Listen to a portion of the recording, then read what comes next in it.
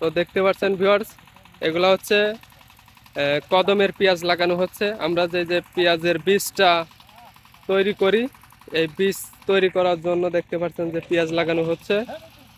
দেখতে পাচ্ছেন যে প্রথমত এই যে এই লাঙল গুলা দিয়ে পিলি টানা হয়েছে, তারপর হচ্ছে গিয়ে এই যে পেঁয়াজ গুলা লাগানো হচ্ছে। দেখুন কিভাবে লাগানো হয়। পেঁয়াজ গুলা হলো গিয়া এক হাতের ভিতর 4টা করে পেঁয়াজ পড়তেছে, দেখতে পাচ্ছেন যে কিভাবে পেঁয়াজ গুলা লাগানো হচ্ছে। এগুলা হচ্ছে কদমের পেঁয়াজ। এই পেঁয়াজ গুলা থেকে হলো বীজ তৈরি হবে, পেঁয়াজের যে বীজ, ওই বীজগুলা তৈরি হবে যে এই জমিতে লাগানো শেষ। আর দেখতে পাচ্ছেন যে পিলিগুলা, দেখতে পাচ্ছেন যে পিলি বলেন বা রেখা বলেন, যেটাই বলেন, এখান দিয়ে টানা হয়েছে প্রথমত।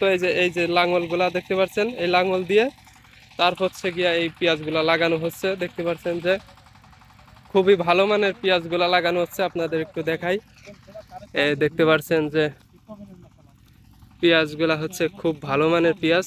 দেখতেছেন যে, আর এইগুলা হচ্ছে গিয়া পেঁয়াজগুলা লাগানো হচ্ছে। দেখেন কিভাবে লাগানো হচ্ছে। হাতকে হলো গিয়া 4টা পেঁয়াজ দেওয়া হচ্ছে, তারপর হচ্ছে গিয়া ঢেকে দেওয়া হচ্ছে। পেঁয়াজগুলা লাগানোর পর ঢেকে দেওয়া হচ্ছে, দেখতে পাচ্ছেন।